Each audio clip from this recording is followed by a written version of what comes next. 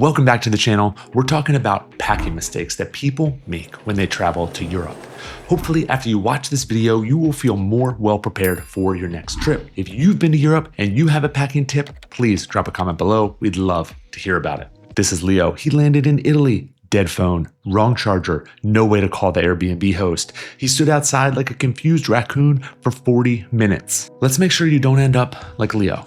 Mistake number one, packing just in case items. Packing extra items creates bulky and heavy luggage. Might even make you bring an extra bag. European hotel rooms, European planes, and trains are all small. If you have not been there, then you want to travel with less. So my rule is, if it's not a hell yeah, then don't bring it. If it takes you more than 5 seconds to think about, should I bring this item? Will I use this item? Then it is probably something you should not bring. And if you don't work out at home, don't bring your workout shorts. You're not gonna work out in Europe. If you don't wear your fancy shirt at home, don't bring your fancy shirt to Europe. Pack practical items that you know you will be using and wearing. The next mistake is not being ready for a long haul flight. Don't let cramped legs and jet lag ruin your European trip. You should be prepared for the flight. And for that, you would need a flight bag, something small, compact that you can take on the plane. I made a whole video about everything I bring that I will link in the comments below, but I will go through a rapid fire list of what I would pack for my long haul flight. Over-ear headphones. Yes, they are worth the bulk and the space that they take up. In order to use these with the in-flight entertainment system, I would pack an AirFly or some type of Bluetooth transmitter so you can use this with the in-flight entertainment system. A stretch ball. That specific one breaks into two for easier packing, but if you sit on this or put it on your back, use this to loosen up the muscles a little bit, it will help you feel so much better when you land. An eye mask, which I've talked about plenty before. But get this one, it is cheap, affordable, and massively comfortable. I promise you will not regret it. Blue light glasses. If you block the blue light while you're watching screens and TV, it will be much easier to fall asleep. A buff, simple and easy to pack, and has so many different uses. But the best is honestly this neck warmer. I know, it makes me sound soft, but I'm okay with that. A small toiletry kit setup for you to take in the airplane bathroom to freshen up. Compression socks, some type of battery bank, a traveling med kit. Pack all this out in some type of sling bag, pouch. It can be smaller or slightly larger than this. Keep it nice and compact, something you can sit on your lap, put in the seat back in front of you, and that way you know you have everything for your flight all set up and you don't have it in your luggage or in the overhead bin when you have to get up in the middle of the night to grab something. The next mistake I see is people bringing large bottles of shampoo, soap, or conditioner. Europe has stores, convenience stores, that are also very affordable. Now, if you're going off the beaten path, you obviously have to be prepared. But for most of us, the tip will be to use the shampoo and soap that's provided in the hotel or the Airbnb. And if it's not there or you don't like it, a quick trip out to the convenience store, you would be surprised at how inexpensive some of these items are in Europe and will save you the hassle of worrying about liquids when you go through security and then create less bulk in your bag. As we know, less is always more when it comes to packing. The next mistake I see is not abiding by the capsule wardrobe principles. You want to think about tops and bottoms that go together. If you lock in your capsule wardrobe, you will bring so much less on your trip, which is so helpful. Now, I know it's easy for me. I'm a balding 40-year-old man and nobody really cares what I'm wearing. But what I do is bring a bunch of plain black t-shirts and easy tops that go well with any of the pants or shorts that I'm bringing. The next mistake is packing the wrong shoes. Try to abide by the 2-shoe rule. And the comfortable pair should be something where you can get 10,000 steps in before noon and not get a blister. Yes, that's part of the charm of Europe. You will be walking a lot because there's nothing worse than getting a blisty in Sicily. The next mistake I see is not having a day bag, just having one big suitcase or one big large backpack and not having a bag that you can use for an everyday carry while you're in Europe. Maybe you want to grab some groceries. Maybe you're at the market and you want to pick up a few things. This is a packable day pack. Now, I did a whole video on how I use this to pack for a trip, which I'll link above and below. This opens up to a full bag. So we love having it for our trips when we're out and about. If you're looking for something a little bit more comfortable, we've also packed with this crossbody sling from Tumtuck. And if you want something a little more professional and you have more room, I love this City Pack by Air. You should be able to carry your suitcase. Comment below if you can do a 10 to 14 day trip with only a carry-on, because that's what you should be striving for in Europe. It is possible, and it will bring you so much joy. A huge suitcase in Europe is a pain.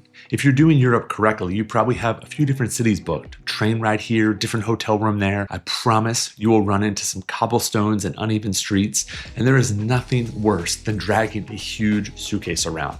So if you can pack carry-on only, or even better, just a book bag, it will save you so much trouble while you're over in Europe. The next mistake I see is forgetting the universal travel adapter. This one is from Epica, and I love traveling with these. They're not the sponsor of this video, they just make really good products.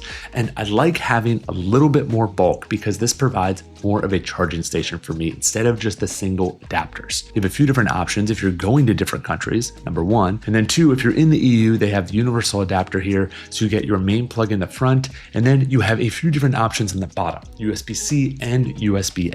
Next mistake I see is failing to use packing cubes. Now, packing cubes with compression can let you get a little bit more in your bag, but you're gonna pack less anyway because you know less is more when it comes to packing. Packing cubes are more about organization. This will let you not fumble things all over the hotel room, especially if you're changing locations 2 or 3 times and going to different cities.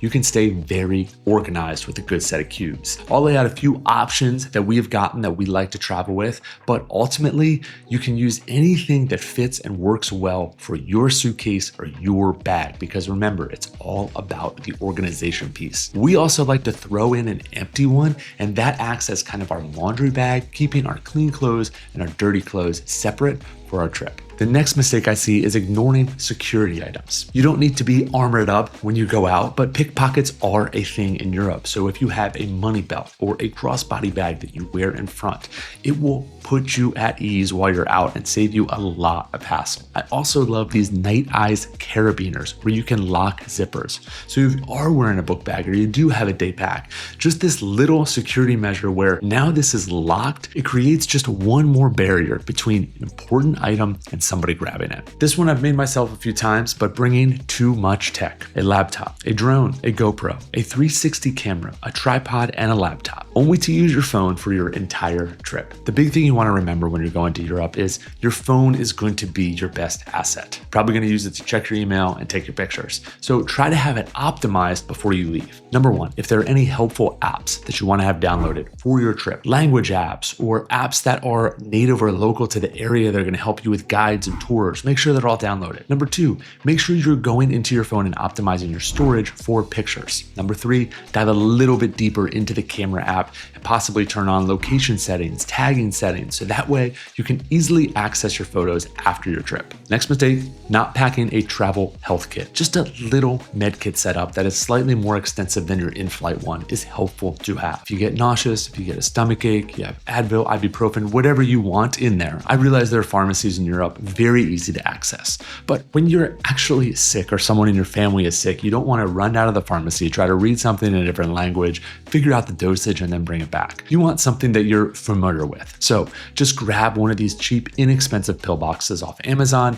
and get your travel med kit all set. The next mistake I've also learned the hard way is not backing up documents. Flight info, passport, put it in a secure Google Drive and share it with a loved one or a trusted human of your choice. This way, if something terrible happens on your trip, you have someone that you can trust to get you the backup documents that you need. And I know people will have different privacy issues with this, but make sure you're using a very secure platform or one that you feel comfortable with. A really common mistake when people are planning their trip to Europe is using Google Maps instead of Google My Maps before you actually go. Google My Maps is an amazing tool. You can pin different locations and then create itineraries throughout different days for your trip. Of course, you might veer off these itineraries, and that's totally fine.